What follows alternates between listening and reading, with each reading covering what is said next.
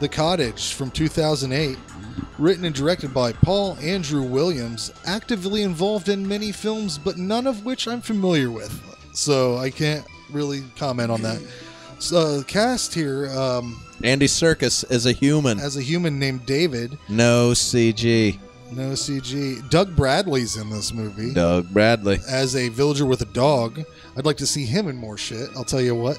If you don't know who Doug Bradley is, he's Hellraiser. Or is that Pinhead? Do they call him Just call him Hellraiser. Let's call him Hellraiser. The last book, I think they called him Hell Priest. The guy that plays the farmer, the murderer of this movie, is Dave Lagino. He passed away from a heat stroke in 2014 from hiking, so watch out there, guys. It's not safe. Stay hydrated. It's pretty cold these days, though. So he actually had a fulfilling career, though. This wasn't his highlight. He was a main, like a big character in the Harry Potter films, and he had an MMA career. So R.I.P. Dave Lagino. I don't know why I'm taking an aside to fucking mention that. But Frank thought that was pretty funny. Yeah. Got dark. No, that's sad. Yeah. The summary for this movie. I like how you got to tell Frank how to feel emotions. No, Frank, no, that's sad, not funny. We gotta keep cue cards in here and hold them up for every time Frank's feeling the wrong emotion. We gotta take a break. I need some counseling. Pull yourself together. The summary for this movie. In a remote part of the countryside, a bungled kidnapping turns into a living nightmare for four central characters when they cross paths with a psychopathic farmer and all hell breaks loose. And the girl you want to see her tits don't show them, so don't get excited, guys. All movie, man. All fucking movie. I'm waiting. They cut her head in It's half. clear What I base everything on. why she got cast. Yeah. Well, at least that helped anyway. But she had a... I thought she was really good in the movie. She was. She is a good actress. Angry, foul mouth. She beats the crap out of one of the brothers. It Seems seems like the entire movie. She calls everyone a cunt through the whole movie. And let's be she's clear, making- this is a horror comedy. Yeah. It is not really nice to see Andy Serkis as not a monster or a troll or a thing that's CGI. It's just Andy Serkis as a human. Just out of my own personal interest, I wondered how much is he worth, because his credits on IMDb are like, he's in fucking everything, man. Anything that makes a noise, he probably does the voice of it or whatever, you know. $28 million. Good job. You can't put a price tag on Andy Serkis. No, you So can't. we have But $28 million. four people who kidnap this girl. They want, what was it, $100,000? Like, it ain't a lot. $100,000. Wasn't it? Three people Andy kidnapped? Serkis Four. has his brother in on it. No, three. Yes, what did Yeah, I say? it's three. Four? Yeah. Three. Andy Serkis has his brother in on it because they split a house. They have a house that their mom had that she left to both of them before they died. His brother is not the criminal type, so Andy Serkis has got him in on it under the assumption that he'll give him his half of the house after this is all go down. The girl they kidnapped is like a mob boss's daughter. She's just a badass, really. So, And the guy that's helps the brother helps the brothers kidnap this girl is the stepbrother of the girl. yes. And he's a big dummy. Yes. And so, in a comical way, the kidnapping goes wrong. The girl gets loose and kidnaps Andy Serkis's brother.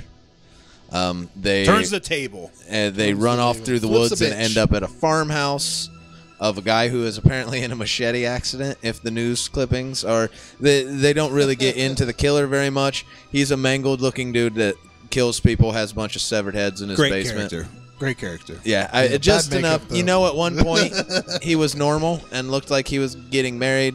I'm guessing the mutilation ruined his life. I don't know. He kills people now, is what he does, and keeps their body parts. I thought that I never really know. I've seen Andy Serkis in other stuff before, but I never noticed how much he looks like Gary Sinise. He looks like they could be brothers, and I'm thinking they really need to make like a Gary Sinise, Andy Serkis buddy cop, or not buddy cop. Maybe they're criminals. They're on the run from a crime they didn't commit. You know, on acid. Well, I don't know.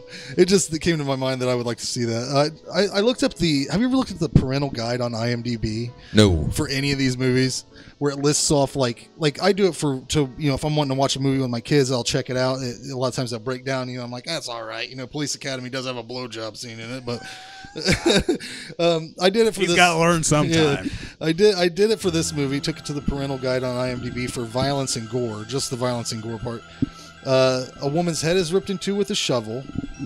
A man's nose is broken. A man is stabbed in the leg with a pickaxe. A man's foot is cut in two with a shovel. A man is stabbed in the crotch with a knife. The antagonist cuts into a body's back with a knife off screen. Yep, he yanks the spine out with the head. And you hear the noise and see some blood spurt and rips the head off of his vertebrae column, Jesus, in silhouette. The head and vertebral column is later thrown through a window by the antagonist. A man is stabbed through the chest with a pickaxe. A man is strangled with a rope. A man is eaten alive off screen. That's all. That's okay for a kid. I mean, I like how deep the description goes on that whole scene where he tears the head off. Yeah, I think everything in this movie is really solid. It's a horror comedy. It's a really good horror comedy. The comedy is really good. It's written really well, and it has slasher. I mean, it's a comedy slasher. Yeah, so it also has the slasher element. Hatchet, Texas Chainsaw Massacre Definitely is the storyline. Just those two kind of smashed together, and then you got this kidnapping. The actors in it, I mean, not all of them you would say are like, oh, amazing actors, but it's comedy. I mean, they nail the timing of everyone. Is perfect. The brothers the chemistry between the brothers are great. Everyone, the one brother was in Shaun of the Dead. Do you remember that scene when the two groups are passing? The nerdy dude, his opposite. That's who that guy is. That was like they credited it on the back of the DVD that he's in Shaun of the Dead. That's his character. He's only in it for like 30 seconds. Pretty much everyone in this movie is funny, has funny elements to their character, and they all nail them. The power dynamic between the two brothers, where he always lights his cigarette for him, like little shit like that. Yeah, one's a badass and one's a little bitch. Yeah, and they're complete opposites, and they work great together. Yeah, the chick beats up the one brother through the whole movie. Yeah, the whole movie smacks the fuck out of him. It seems like the entire movie she's beating when she dislocates his jaw, that is so fucking funny because he can barely talk. But and Frank pretty much told you all the kills, the effects in it. It's practical effects. They're all really good. Lots of rooms with body parts. The comedy all sticks in the right place. I found this movie. It was one of those black sheep buys that I did, just walking around Walmart. It was in a bin for $5. I saw it and said, what the shit, I'll go ahead and buy it. I bought it and got home, and it was just, this movie always has a special place for me anytime you get those magic buys. Oh yeah, where you have no idea what that's you're what getting. Slither was for me. You have no idea what you're getting. You get home, you put blind it in, buys. All of a sudden, like, you've got a new great movie. Mm-hmm. So that's why I chose this one. This I time. thought the soundtrack had a perfect tone. It was like kind of like The Burbs a little bit, and it was filmed like a Hatchet movie. I thought the farmer looked a lot like Fire Marshal Bill from In Living Color, which I liked. I can't help but say that I do. He was the only thing I thought could use some work. All the kill scenes were fucking fantastic. When he cuts that dude's foot in half, when he cuts that chick's head in half. Yeah, practical effects are great. I don't understand the cannibal women in the basement, but I think you're just supposed to assume it's people he's locked up. And I would have been fine with anything. I just I'm glad that nobody makes it out alive in this. You don't get that a lot of times. And yeah. And the scene after the credits is just hopefully they're going to have a sequel. So we'll see. I don't think it's going to happen. It's been about a decade. I don't see that coming. Yeah, I rated this one high. But yeah, there's a scene at the end of the credits. So make sure to get through the credits. Watch it or not. It doesn't matter. Way before Marvel. Was that way before Marvel? When Marvel start doing stuff? A long time ago, though. If you technically count like the original Punisher movie. No, I mean when they start doing like the Iron Man. When it was Iron Man. I don't know. Yeah, whatever. This time. I gave it a 9 though. Yeah, so do I. I give it a 9. This is about as perfect as a horror comedy as you can get. I think the only thing that stops it from being a 10 is as a horror comedy, it doesn't go over the top, violence wise. Not that it's underplayed, but like I think of Black Sheep and Dead Alive as really perfect horror comedies, and the violence. Tone of this reminded me of Cemetery Man or something like that. It's like, yeah, you don't run into any stupid. Okay, now we're going to kill 15 people all at once in this ridiculous kind of way. What'd you give it, Jason? Well, I gave it a 7. I thought the acting was good. The monster looked okay. The practical effects were good.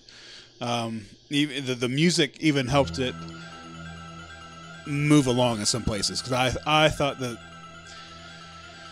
I thought it was a little slow sometimes. I thought the pacing was a bit off. Like I would have liked to have seen more of the monster portion of it. Like they spent a lot of time just in a kitchen, and it's not necessarily bad because again, them two together is good. So 7. Hey, did you hear about that awesome punk rock show that we went to last night? Yeah, what happened? Well, craziest damn thing, dude took all of his clothes off. Yeah, that's not even it though. Hold on. Seen his bare dick? We stayed there. Yeah, I know what you're thinking. I would leave.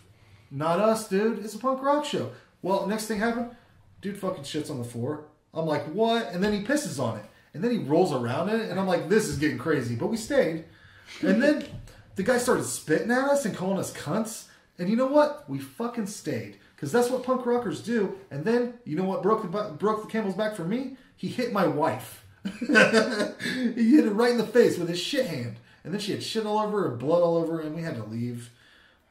Good show, though. You should check out his album. After the movie's over, people are applauding. They're like, yes, what a statement. And they're like, Randy, what did you think as the man on the street? And I was like, well, could use more tits. It's my personal preference. I say that everywhere I go. How's the salad bar? Could you use more tits? Could you use more tits? Which is a commentary on society because you can't say that anymore. Yeah. Tits or salad bar? Either one. It's a tricky thing. You can only say stuff in the private. It's not salad bar anymore, Jeff. It's homogenized homegrown fruit choices. Exactly. A lot of the actors' dialogue in this movie is them telling you very specifically and flatly what they are doing at that point. Right. Like, oh, you're stabbing me. You're killing me with a knife. And then they'll turn the tables in the fight and be like, oh, now you're killing me with a knife. We shot the same place. Let me see the tag. Or when they go to do stuff. Yeah, those guys are good. Those are good actors. You can put them in anything. Your shirt was $4.99 too? I'm looking at the tag right now, $4.99. So it is. I guess we both shop at the same place, huh? My shirt was also $4.99. Both our shirts were $4.99. You're right, fuck. Both our shirts were $4.99. So, make a wish. Well, why are you getting so repetitious? Alpha Entertainment, run by Vince McMahon, is bringing back the XFL. Yes, the Extreme Football League is making a return to TV in 2020. He's going to take another swing at it with XFL, The Revenge. I know that's not the name, I'm just saying I think it'd be funny if it was. You're going to find hard-hitting action and required patriotism. So, that's a thing. I don't know. Will it work? Who knows? Could. If it does, you got to look out for WBF Junior and IcoPro Light, which only gives you a little diarrhea. Mick Foley was ejected. You know who Mick Foley is, right?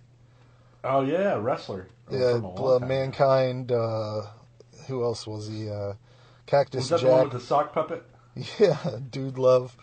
All those characters. He was ejected from a wing bowl eating contest Friday after stuffing uneaten chicken wings into his fanny pack.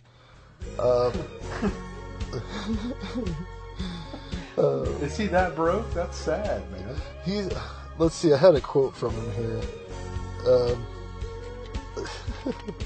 He was evidently a celebrity guest at this event, and he said he didn't want that to be his legacy.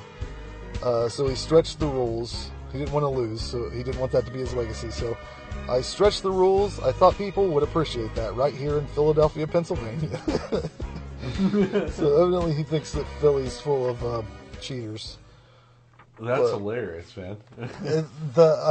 You'll have to Google it. Well, I put the picture up, a still from him shoving them in his fanny pack.